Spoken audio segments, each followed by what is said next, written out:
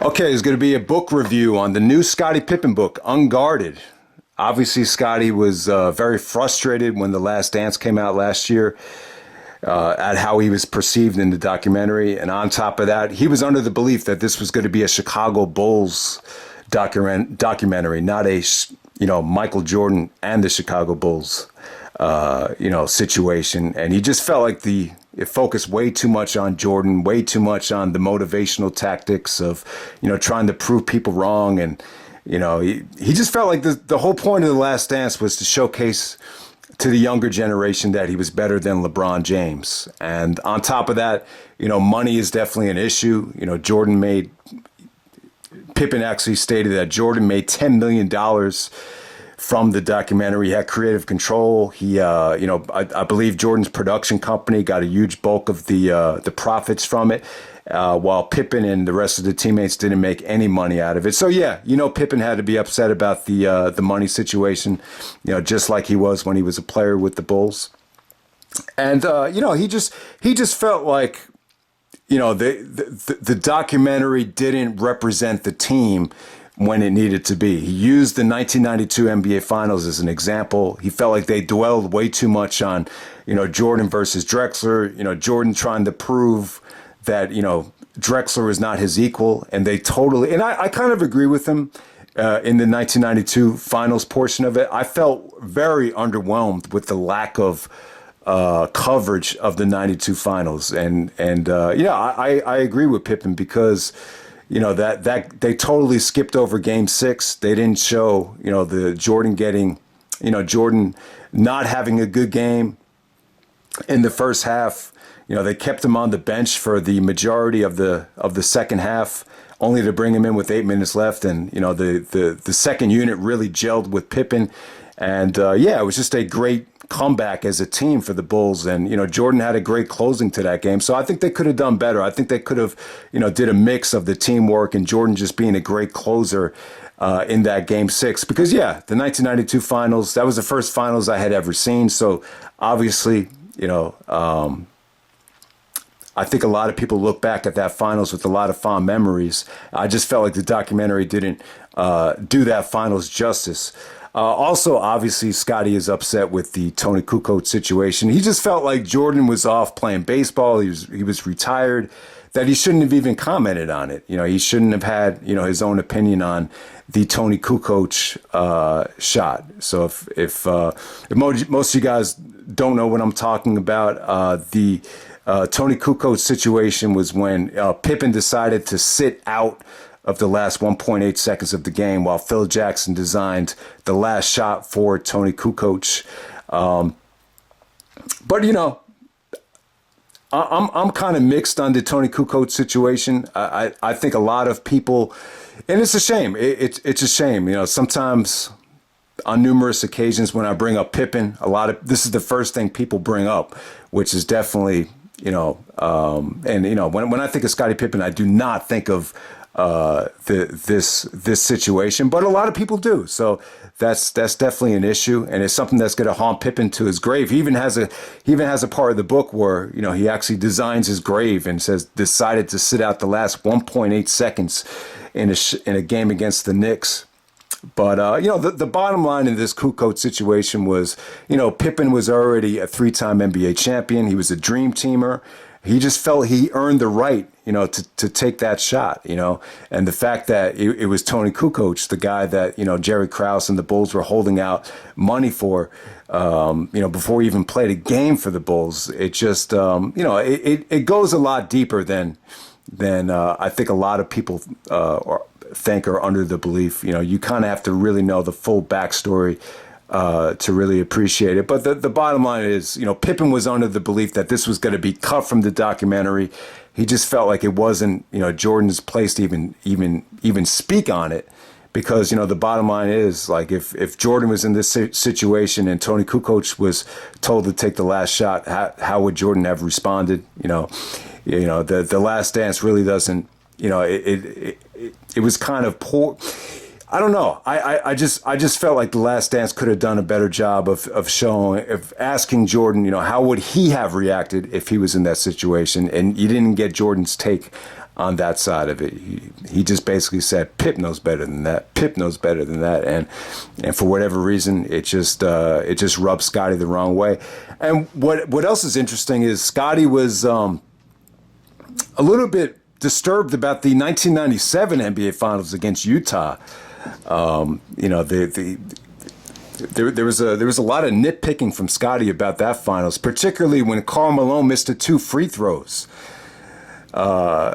in Game 1. He went up to Karl and said the mailman doesn't deliver on Sunday, and then Karl missed the 2 free throws. He felt like if Jordan's the one that said that to him, they would have really dwelled on it and said, you know, Jordan was a master at gamesmanship, and he was just a master strategist. But because he said it, they totally skipped over it. So, yeah, I could kind of see Scottie's frustration with that as well. And he just felt like he didn't get enough credit for that finals with his defensive efforts in the final game.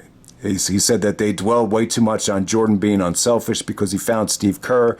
He felt like what was really interesting is Scottie, you know, you always remember that image of Michael and Scottie, you know, hugging each other after the flu game or the food poisoning game. But he felt like Jordan kind of, you know, he kind of, you know, played it up too much and over-exaggerated how sick he was. So yeah, that was very surprising to me.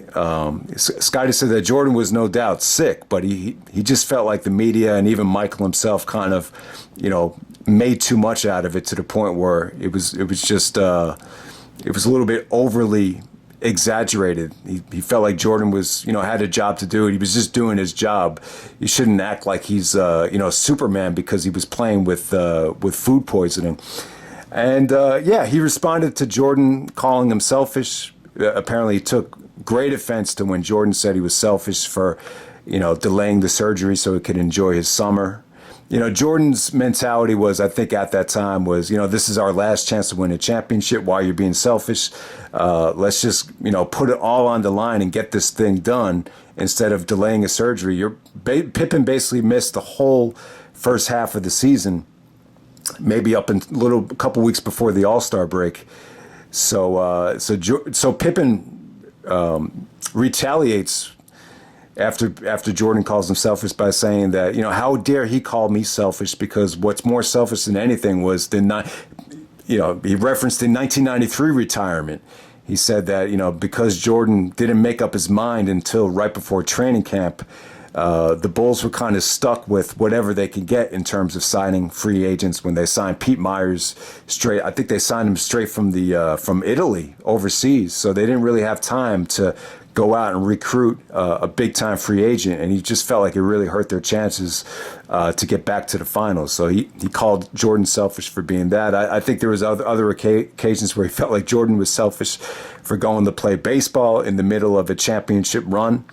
And you know, the other thing that he touched on, which got a lot of attention during the summertime, and he kind of retracted this whole Phil Jackson being a racist. He felt like when Phil wanted Pippen to inbound the ball and give it to Tony Kukoc for the last shot, he felt like it was racially motivated. That was his first, you know, reaction to it. But he kind of backtracked it, and over time he just realized that it had nothing to do with racism. So for everyone out there, Stephen A. Smith and First Take, that were bashing Pippen for calling Phil a racist, it's just that when Pippen grew up in the South, you know, a lot of different times with, you know, white coaches and a lot of the, you know, the white teachers he grew up with, you know, that's just how it was back then. A lot of stuff was just racially motivated, especially coming from Arkansas, especially coming from the South. So that was just his first impression of what it could be. But as he's gotten older and when he looks back on it,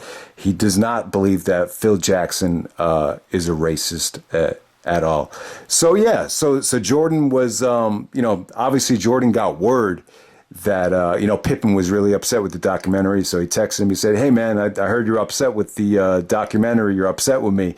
I'd love to talk about it if you have the time. So Pippen got back to him and they talked about it. He said he was just really angry with, you know, some of the things that Jordan said. And Jordan just kind of said, yeah, I'd be pissed too. And kind of left it at that. And it just seems like Jordan just, just didn't. Obviously, it just seems to me like Jordan just doesn't have the energy and the desire to go back at Pippen. And it just seems like he just doesn't blame him. And then John Paxson kind of texted him a couple days later, and then they talked, and Paxson started crying on the phone. Pippen is not a big fan of John Paxson. He just thought he was a phony. He thought he was just being a company man for the Chicago Bulls. When for Pippen's last year, Paxson was the GM. He brought him in, and he was under the belief that Pippen was there to help Bill Cartwright, the coach, get through the season. But they actually fired Bill Cartwright, and he felt like Paxson and the Bulls were just using Pippen as, someone that they could sell tickets when they hired him as part of the organization. He just felt like they never really treated him right. And so Paxson actually starts crying on the phone. And Pippen just kind of just lets him keep crying, and then they just mercifully the phone call just ends and they hang up on each other. So yeah, so not a big fan of Paxson, and him and Jordan did talk, but it just seemed like nothing really came of it. And it's just it's just the way it is. It's like anytime you do a documentary on this magnitude where you're going to talk about real stuff and you're going to talk about controversial stuff, there's always going to be a side effect. If it wasn't, this is not the 1991-1992 NBA championship season home video of the Chicago Bulls. I mean, that would focus more on, Game 6, where there's great teamwork and you get the heroic ending and, great highlights there. This, the Jordan documentary here it was just going to focus on different controversial issues. And, that's what Netflix is attracted to. That's what ESPN is attracted to. Drama, and controversy. That's what they think sells. So that's the side effect of it. The side effect is, pissing off some of your teammates. We live in a very, our society really praises individualism. When I went to buy this book, I'm just looking at, I had to look hard to find it. I thought it would be out in the open with everything else. But you see, there's like a Will Smith book, there's a Sopranos book, our society places a lot of value on individualism, and it's no different with The Last Dance. Obviously, it's Michael Jordan and the Chicago Bulls because that's what's going to sell. That's what's easier to market. Okay, so when Pippen was in high school, there's this misconception that he was the manager of the basketball team and couldn't make the team. That really wasn't it. He was the manager of the football team because he was talking about how the coach's son, or the coach's nephew was going to get a spot over him, and they played the same position. So that's why Scottie was the manager of the football team. But he loved football. Football was actually bigger than basketball in Arkansas. So that had a lot to do with why he wanted to be the manager of the basketball team. But he was actually kicked off the basketball team because he did not want to lift weights with the basketball team, because he felt like being a part of the football team, that kind of gave him a privilege not to lift weights. So the coach kicked him off the basketball team. The only way to get back on the basketball team was if he was willing to run steps and run bleachers. And that is a great exercise, man. I feel like that's what gives you an edge more than anything. That's kind of like doing steroids for the legs. It just gives you an advantage over the competition. At first, he hated, running up the bleachers, running up steps, but it incredibly makes your legs stronger. And eventually he decided to embrace it. I'll have more energy at the end of the game when anyone else is tired.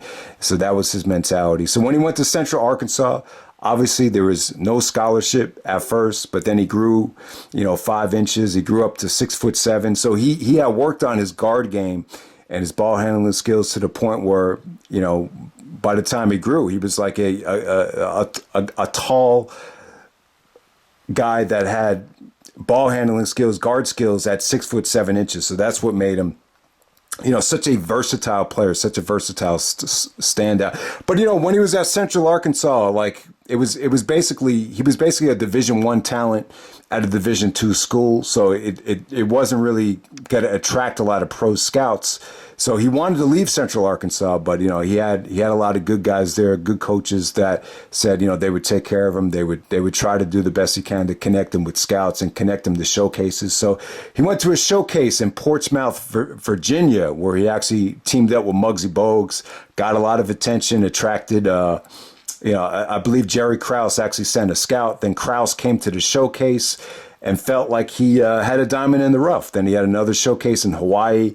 So, bottom line is, if it wasn't for these showcases, and even in that Dream Team documentary, the NBA video one, they really emphasized how if it wasn't for a lot of these invitationals and showcases, Scottie would have been just, faded into obscurity. So give Jerry Krause credit. He was the only one that really, invested on him.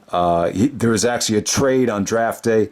So he told Scottie, I'm going to draft you and we're going to make a trade with Seattle. So he worked out a deal where so Seattle wanted Reggie Williams. So Reggie Williams is a point guard that eventually went to the Denver Nuggets. Seattle said, if Reggie's available, we're taking Reggie. But if not, we'll draft Olin Polynice and we'll work out this trade with Pippen. So on draft day, Seattle drafted Scottie at 5, and then they worked out a deal with Chicago. So ultimately, Scottie ends up in Chicago. He was really impressive at the draft combine in Chicago. And the rest is history. So Scottie Pippen is on the Bulls. His first season as a rookie. It didn't go too well. He didn't make the all-rookie team. He had a really bad back at first. Pippen said his back was in really bad shape because his brother Ronnie was disabled, and his father needed to be catered to. He basically his house was like a hospital. Because he had to constantly cater to his brother and his father. So because of constantly picking them up, he ended up with a really bad back. That's one of the issues between Jordan and Pippen. To get on Jordan's good side, a lot of people play golf with him. He never wanted to play golf because a doctor advised him, don't start playing golf if you want to have a long NBA career, because his back was already in bad shape. So, I guess, the general consensus is that if you play a lot of golf, it could result in a bad back. So the first year when Pippen was a rookie, the first couple of years, the coach was Doug Collins. Doug Collins is an incredible, what we know him as is just an incredible color commentator for the NBA. He's probably the best at explaining the game. But, Pippen wasn't a big fan of Collins. He just didn't think he was a great coach. He thought, just because he knew the game, it didn't equate to great coaching. He felt like he got too emotional. The fact that he would call him out and humiliate him in front of players, in front of fans, and he would, run up and down the sidelines drenched in sweat and constantly kissing Jordan's ass. He just felt like the way he stuck up for Jordan was the way someone would stick up for their girlfriend. Just didn't think it was a great combination. He just felt like because he catered to Jordan so much, it stunted the growth of the team and stunted the growth of the younger players. But the rookie year, it was a great learning experience for him. And after how negatively it came to him, he just felt like he had to work on his game more so than just going to practice. The first year he would just practice and then that was it. But to be a great player, you have to go to practice, then stay after practice, work on your game some more. It's got to be full dedication. You got to do the things above and beyond. It's like LeBron. So I remember someone on my college team asked LeBron. I think he was from Cleveland, so he asked LeBron, it's like what do you do to get so good? Like, what's your secret? And LeBron just said, I try to keep myself a step ahead of everybody, and that's just doing all the extra things. And that's what Pippen learned after his rookie season. Okay, so when Doug Collins got fired after the 1989 playoffs, Pippen was a little bit shocked at first. It was the first time a coach had been fired. But he was excited because he got along with Phil Jackson and Tex Winter. Now Phil was really, Doug Collins is the type of coach that he kind of ignored Tech's winners and, didn't want to adapt and learn the triangle. So Jerry Krause, the GM, he got tired of, the too much one-on-one play from Michael. And you want Phil to be the coach, and Tex will implement this triangle offense. And it was great for Pippen. It was great for him. It was an equal opportunity offense. He said the triangle was very difficult to learn, and a lot of players don't get it, and sometimes they never get it. But it's an intricate offense to where the offense is actually reacting to what the defense does. So it's more of a thinking man's offense, and that's why a lot of people have trouble with it. But if you can execute it properly, and if you drill yourself to do it correctly, it could be very effective, especially with the right players like a Jordan, Pippen, Shaq, Kobe. So Phil Jackson coming aboard. Pippen definitely was very pro Phil Jackson, anti Doug Collins. I just want to make that point, in terms of the actual book. But yeah, I mean, obviously the migraine and all the constant injuries. Scottie was definitely labeled as soft, but before the first championship, and he really, all these negative perceptions of him, it really kind of made him want to change, and that's why he kind of took on more of an attitude, going into, maybe the last year of the three-peat, where he became more arrogant and more, he just had a little bit more of an asshole type of swagger to him, later on. But a lot of that was just predicated of, the fear of just being labeled soft. So, yeah, I mean, he wanted to death about the migraine headache game. Obviously, he was sick of, him and Jordan were sick of, getting beat by the Pistons in that final year, Game 7 in Detroit. The morning of it, he ended up with a migraine. He was going through a lot of stress with, taking care of his father back at home. And then, the stress of, playing in a playoff game on the road against the Pistons, a team this physical. It just mentally it just took its toll on him, and he ended up with a migraine, and couldn't see anything. He explained graphically how bad it was. But what I didn't know was that he was having trouble with it for the next couple of days, and it wasn't going away. And he started to worry that maybe it was a tumor or whatever. But he got it checked out. It didn't show anything abnormal. But I wasn't aware of how much lingering the migraine actually gave him. But yeah, man. But going into the very next season, he got a lot better. He started weightlifting, and it's well documented how much Pippen elevated his game going into the '91 playoffs. Really, the only thing interesting I could say about the first NBA championship, obviously, he has fond memories of it. He played really well in that finals, guarding Magic, having the tremendous closeout game in Game 5. But he did go into depth about how he despised the Michael versus Magic promotional from NBC, kind of taken away from the team aspect of it. But hey, that's NBC for you. I'm sure Dick Ebersol, part of the whole reasoning behind the NBA and the NBC making a deal was, a lot of it just had to do with the star power of Michael Jordan and Magic Johnson. So obviously they were going to go there. The league is it's a league of stars. That's what the fan base is attracted to. So you definitely understand it. And I'll give Jordan credit there, because I do remember in the championship video, Jordan was very adamant and tried to stress to the media that he did not want this to take away from the team. It was his responsibility to not make it become individual.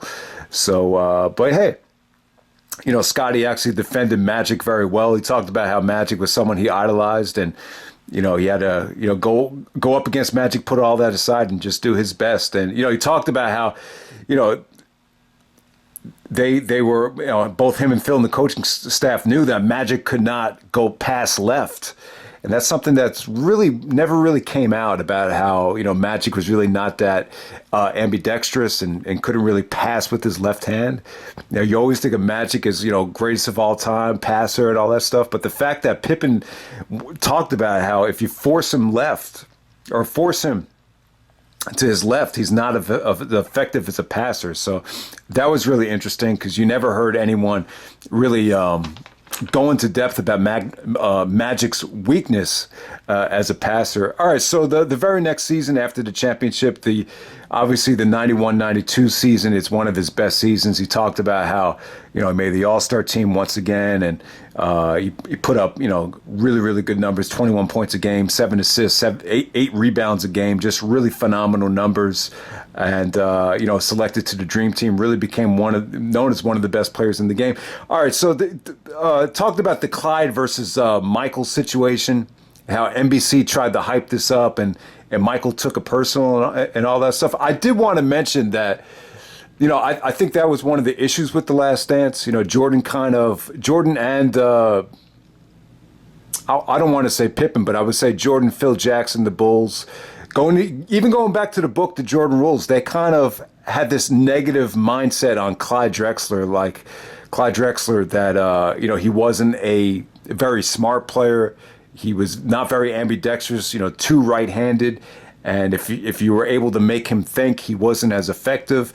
It would have been nice to have Clyde Drexler as part of The Last Dance. The fact that Jordan totally shit on him, and just didn't think he was his equal. That's another guess. I think The Last Dance was definitely missing any feedback from Clyde Drexler, because I do remember they really tried to push this Clyde versus Michael thing pretty hard, and the fact that Drexler wasn't even there to defend himself, it kind of bothered me to a degree. And Pippen even stated, though, that Drexler kind of used losing in the finals. He kind of carried on that negative burden, into the Dream Team. He felt like, Drexler didn't really, treat them like teammates. He was always trying to go up against them, and he was kind of an issue, in practice. He just never felt like they gelled together. So that was interesting. I had no idea that Drexler, had a tough time embracing Jordan and Pippen as Dream Team teammates. But yeah, Pippen loved the Dream Team. Obviously, it was. When he was chosen, there was probably some people that didn't think he belonged, because he was a fresh choice. He still really hadn't proven himself yet. The 91-92 season was definitely his breakout year, but because of what he did in the finals, especially against Magic, he definitely belonged. And the Dream Team experience for him, it was he was just very proud of it. And but he stressed that he didn't feel like, he had to pinch himself just to think, he was fitting in with these guys. He constantly told himself, you belong to be here. You're just as good as these guys. So, yeah, it was just an incredible experience for him, being part of that Dream Team. And he really became good friends with Karl Malone. Karl Malone's from Louisiana, from the South. They both had that in common, and they got along really well. And after the Dream Team, Scottie played so well that he told the story how, and he didn't find this out till years later, but Jordan actually told Phil Jackson that, Scottie is the best player, the best all-around player on the team.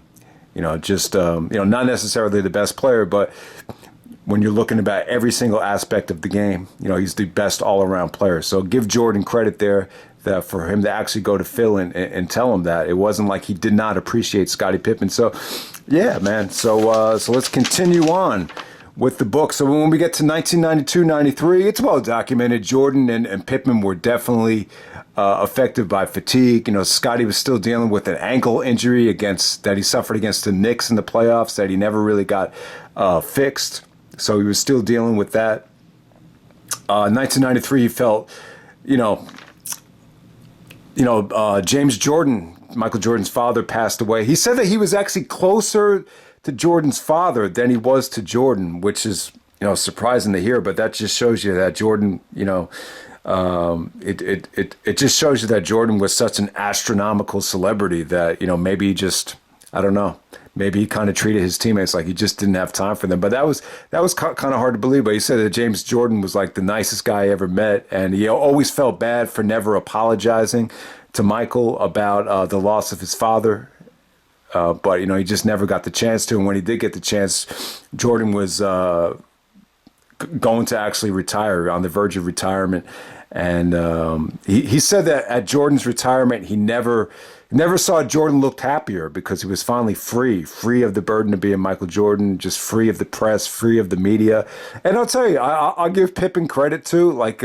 He's going to get a lot of shit for calling Jordan out, but this is a lot of times where he defends Jordan. He really did defend Jordan, especially with the Atlantic City stuff with the press, how the press was trying to, get on Jordan for staying out all night, and the priorities were what they were. But Pippen said, a grown man should be able to do what he wants, and he thought the media blew all that out of proportion, especially the stuff with the gambling in the book. It wasn't illegal to gamble on golf, so it shouldn't have been that much of a story. So give Pippen credit; he did defend Jordan, when it needed to be, but. Yeah, Jordan retires, then Pippen becomes the man. He became the All-Star Game MVP. He said this in the documentary, and they stressed it as well, that the 93-94 team, they ran the triangle to perfection. They didn't have anyone hogging the spotlight or, trying to, break the triangle and take over games. They just played really, really well. The negative side effect to it is they had trouble scoring in the fourth quarter. They just didn't have that closer that they did when Jordan was there. So yeah, and then obviously, they ended up losing to the Bulls, or no, the Bulls ended up losing to the Knicks in the semifinals that year. It's well documented about the Kukoc shot. So I just want to touch on this in terms of the actual Kukoc shot. It's very important to note that the play before Kukoc got the shot, Pippen was upset at Tony because Tony Kukoc got in the way and he didn't clear the side, so he was able to he had to jack up an air ball. So Pippen was already upset about the previous play, before the play actually happened. So that's very important. And Phil Jackson just thought that Pippen is a great passer and wanted him to inbound the ball, but obviously Pippen took it as disrespect. He actually took it as racially motivated at the time, even though looking back on it, he would agree that had nothing to do with it. And yeah, I mean, that Knicks series was just a shame. I mean, obviously, if you're a Knicks fan, you love it. If you are a Scottie Pippen fan, you wanted to see Pippen, win a championship without Jordan being there. It definitely had to be a nightmare. Pippen did have a great series. He had some great moments. He had the monstrous dunk over Patrick Ewing, where he stepped over him and told Spike Lee to sit the fuck down. So yeah, Pippen definitely did have his moments, but he did explain how awkward of a situation it was, in the locker room after the Tony Kukoc incident. And obviously there was a really bad referee call in Game 5 in the Madison Square Garden when Hugh Hollins, the referee, actually called a foul that was nowhere near being a foul when Hubert Davis shot a three. So yeah, it's a very he just looks back at that time with a lot of regret. But the bottom line is, they just didn't get it done. I mean, you could talk about it all day. We would have won if we got past the Knicks. There's just no guarantee. I mean, he made the point that they beat Indiana in the regular season 4-1, so they should have easily beat Indiana, and then we could have easily beat the Rockets. But we'll never know. I mean, the Rockets used to destroy the Bulls in the early 90s when Jordan was there, so I don't really think that would have been a walk in the park. It would have been interesting to see. I would have loved to see it, but it just didn't happen. And, Jordan was off playing baseball. Bulls couldn't get the job done. We could look back all we want, but the bottom line was we'll never know exactly what happened if, that referee call against Scottie Pippen did not happen. So, the team falls apart. He said that Horace Grant really, the dream team, Scottie becoming an all-star, the championships, he was really close to Horace Grant. They were rookies together. They were friends together. Someone even asked him, if you were to go to the moon, what friend would you pick? It'd be Horace Grant. But by the time, the dream team happened, him and Horace really grew apart. Horace got really, jealous, and he was sick of, the catering to Jordan and Pippen, to get them rest after the Olympics. So he wasn't on the best of terms with Horace Grant. So Horace left and joined the Orlando Magic, and then the team just wasn't as good. The team wasn't as great without Horace Grant and the rebounder, a legit rebounder to be there helping Pippen out. And the team got off to a really bad start during the 94-95 season, even though Pippen was having an incredible year all around. But the baseball went on strike. They wanted replacement players. Things just weren't working out in terms of the negotiations with Major League Baseball and the owners. So Jordan actually comes back in March, and Jordan being out of the game. I think Pippen embraced it because Pippen knew, You have more of a chance to earn, playoff revenue, maybe another shot at a championship. And, Pippen in 1995 really embraced, Jordan being back. It's not like he didn't want him back. He did want him back.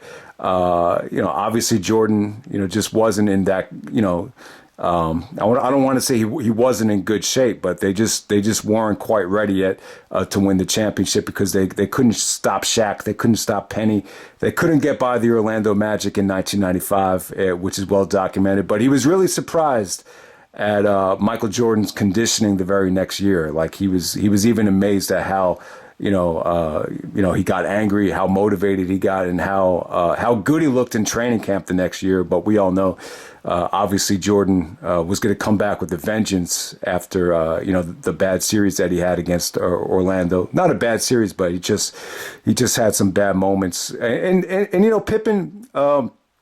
That was another case where Pippen really had Jordan's back. He said everyone gets on Michael for losing the ball in Game 1 to Nick Anderson, but they forget that Jordan came back the very next game in Game 2 with 38 points to tie the series up. So the bottom line is he actually defended Jordan in a lot of situations. That's another one right there. And then he supported Dennis Rodman. Him and Rodman did not get along.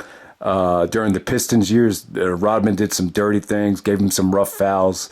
But him and Jordan agreed to bring in Rodman, even though they were a little bit skeptical at first. And they enjoyed playing with Rodman for the most part. But he did mention, like, there were some really, really bad moments where Rodman just, didn't feel like showing up and couldn't find his car keys. And they even talked about the time when he kicked the cameraman. And so, yeah, Rodman still with the Bulls, even though it wasn't as bad as, Rodman being with San Antonio, it still had a lot of negative moments. But, but he said that, Rodman would come through when you would just least expect a lot of different times.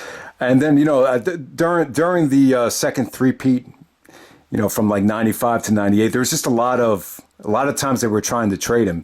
They actually did set up a trade with Seattle where they were going to trade Pippen for Shawn Kemp, but a lot of the fan base, a lot of the front office in Seattle, declined the trade because they felt like Kemp was a little bit younger and had more of a lifespan than Pippen at the time. I guess Shawn Kemp was only 24 and Pippen was actually 29. And then they set up another trade to the Celtics in 1997, but that fell through. And Pippen, him and Jerry Krause. Yeah, him and Jerry Krause just hated each other. I mean, Krause tried to find him. There's a lot of dirty things that Krause tried to do, and then Pippen just said he never sees himself playing for the Bulls again, and that's what created a lot of drama, during that very last season, The Last Dance, where he put off the foot surgery so he could enjoy his summer. So yeah, man. So yeah, the whole Last Dance, the very last season, he didn't come back until a little bit right before the All-Star game. But he said that being missing that much time and being away from the game for so much, he said it was a blessing in disguise because it really actually did make him appreciate being part of the dynasty. Appreciate having one last chance to win the championship. So. In some ways, I think it kind of, enhanced his mentality, I would say, probably going into the playoffs. He did touch on Game 6 when his back went out against Utah. He said he was in so much pain that, thank God that Jordan had such an amazing finish and an amazing game because he said he wouldn't have been able to play a Game 7. His back was in that amount of pain. He said it had a lot to do with taking the charges against Utah in Chicago, plus just a combination of everything, though. I had no idea that his back suffered, in his childhood years from constantly trying to pick up and take care of his disabled brother and his father. So the back was just in a lot of bad shape. It wasn't just due to the charges. To me, it just was just a culmination of just injuries throughout the years. So yeah, so Pippen was definitely, he didn't really go into depth about the lockout or trying to get Jordan to come back. To me, it just kind of felt like the main reason they didn't try to make it go again was because of Phil. Like Phil just wanted to get away and take a break. So that was pretty much the catalyst for him going to the Rockets and Jordan retiring. So the Rockets gave him his money. He finally got the deal that he was clamoring for. 5 years, $67 million from the Rockets. It's well documented. Him and Charles Barkley did not get along. He was very critical of Barkley's work ethic. He just felt like Barkley could not be Michael Jordan, where Jordan could go out and play all that golf and then come back and still deliver on the court. Barkley really wasn't that guy. He just felt like Barkley wasn't in great shape. He felt like Hakeem and Barkley it was too much one-on-one. Like they wanted him to feed the post and just watch them go one-on-one, and it just wasn't his game. They didn't use him to their, the Rockets and Rudy Tomjanovich. They just didn't use Pippen to his potential that year. But he did say that he just wasn't the same player. He was getting old. The injuries were still nagging him to a degree. So ultimately, he did want to go to the Lakers. Like the Lakers were his first choice. He wanted to, reunite with Phil and play with Kobe and Shaq, but ended up going to the Blazers in a multi-man trade. Yeah, obviously he enjoyed the Blazers. They had a lot of talent. They made it back to the conference finals. They took the Lakers to 7 games, and he said that the game that bugs him the most, more so than the Tony Kukoc game or, some of those games against the Knicks or, any of those playoff losses to the Pistons. He says that the loss to the Lakers at the Staples Center in Game 7 of 2000 is the hardest pill to swallow because they were up by 15 points with like 10 minutes left. And he really went at Rasheed Wallace. He just said Rasheed Wallace just started acting crazy. Like Mike Dunleavy, the coach of Portland, would basically tell him just to take over the game. And Rasheed would just say, he basically said to the team, fuck what that bitch said. I'm getting the ball back out to you, Smitty. And he just said Rasheed just started acting a little bit too crazy. And yeah, I mean, Rasheed, he even kind of criticized him for, all the technical fouls, all the overreacting. And I would kind of agree. I think Rasheed Wallace is sometimes very talented. He even compared him to Kevin Durant, which I think is too high of a compliment. But Rasheed says some really irresponsible things. I remember I listened to E40's album that came out in 1996, and that was during the whole East Coast West Coast beef. And he just starts out the whole album with Rasheed just saying a stupid thing about the East Coast and West Coast. He basically said that he only listens to real hip hop, starts naming all these East Coast rappers, and then he names E40 and Goody Mob and says that that's fake. I don't listen to that E40 and Goody Mob shit. So that was proof that in a lot of ways, a lot of the fans are pretty much to blame for the East Coast and West Coast beef in hip hop. And then on top of that, you got NBA players like Rasheed Wallace just saying irresponsible things that kind of added fuel to the fire as well. But yeah, I don't know. I just thought Rasheed very talented, but at the same time, kind of a trashy player. And Pippen kind of called him out for them kind of collapsing there. And I never really knew, he was pretty much, the main reason to blame for that. But yeah, ultimately, Pippen retired as a Chicago Bull. John Paxson wanted him to come in and help Bill Cartwright, and they actually fired Cartwright, after the first couple of games of the season, and it was just a bad ending, and he kind of lost faith in Paxson. So Paxson's another guy that he really went after, basically insinuating that he was a company man and that the Bulls just kind of used him for his name value, and so yeah, he doesn't really think very highly of John Paxson. And just said that his last run in Chicago was just awful. He's just basically very critical of Jerry Reinsdorf, Jerry Krause, the whole Chicago organization. Just was never the same. And he basically said there's a reason why they never got back to the finals. It's just bad ownership. So even though he does praise Reinsdorf and Krause for, obviously Krause for drafting him and Reinsdorf for paying him, obviously he's still a little bit bitter at the organization as a whole. And like I said, guys, he stuck up for Jordan on several occasions. And, to me, I still think he loves Michael Jordan. I think he's a little bit bitter. He's a little bit jealous. This is nothing new, though. Like, if you read the Dream Team book, Jordan even touches on the whole LeBron comparison. How Pippen thought, LeBron possibly the greatest player to ever play the game.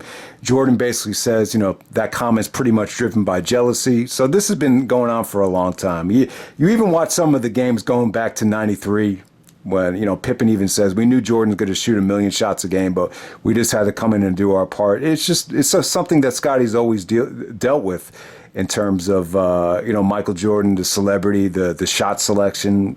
But overall, it's still more positive than negative. I mean, he defended him with Atlantic City. He defended him with the whole situation with the Dream Team. He commended Jordan for taking a backseat to Magic and Bird. He thought that was very classy. He was very complimentary of Jordan for Game 6 in Utah. He praised that performance to no end, Scottie. He basically said that Jordan, played the game of his life and was very admirable, and he should have been treated like a legend because of how he performed there. And he even said, get the hell out the way. Like he knew his role was to get out of the way for that last shot. So, but I think, he's doing some interviews now where he said he wanted to be known as the greatest of all time, which is kind of, some people might find that kind of laughable, but it's kind of, I don't know, it could be interpreted as somewhat hypocritical when you're saying your biggest gripe with the documentary was it didn't focus on the team, but yet you still want to be known as the greatest of all time. So I think that's where Scottie is running into somewhat of a, hypocritical roadblock with a comment like that. But yeah, man, I still got to stand up for my guy. I don't think there's anything wrong with loving Jordan and Pippen. But yeah, I mean,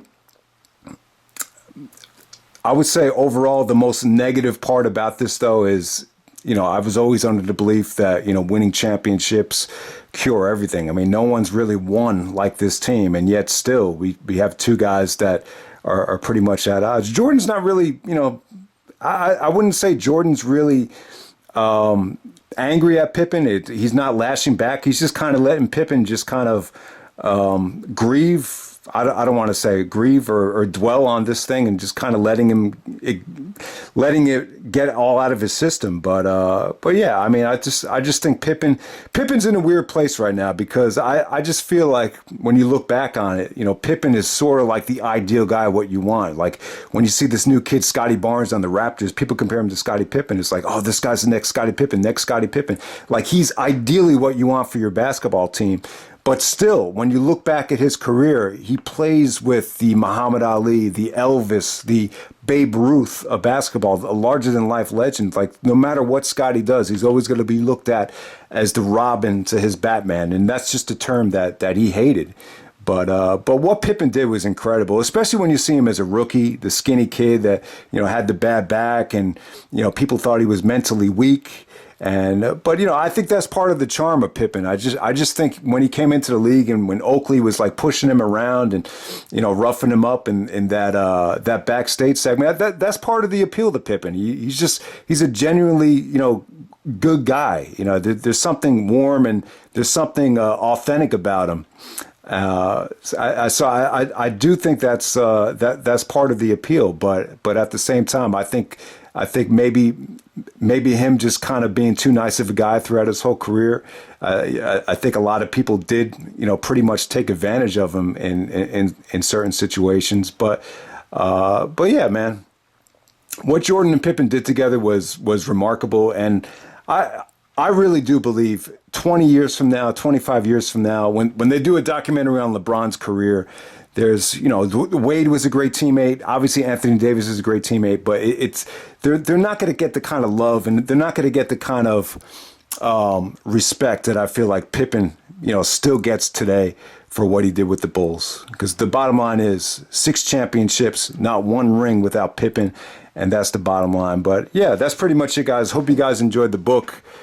Scottie Pippen is, Pippen and Jordan, my 2 favorite players growing up. These guys do mean a lot to me. So I felt the need to come on here and really go into depth about what's going on right now. But yeah, man, awesome read. I thought Pippen did a good job with the book. And yeah, hopefully everyone checks it out. And I'm out. All right.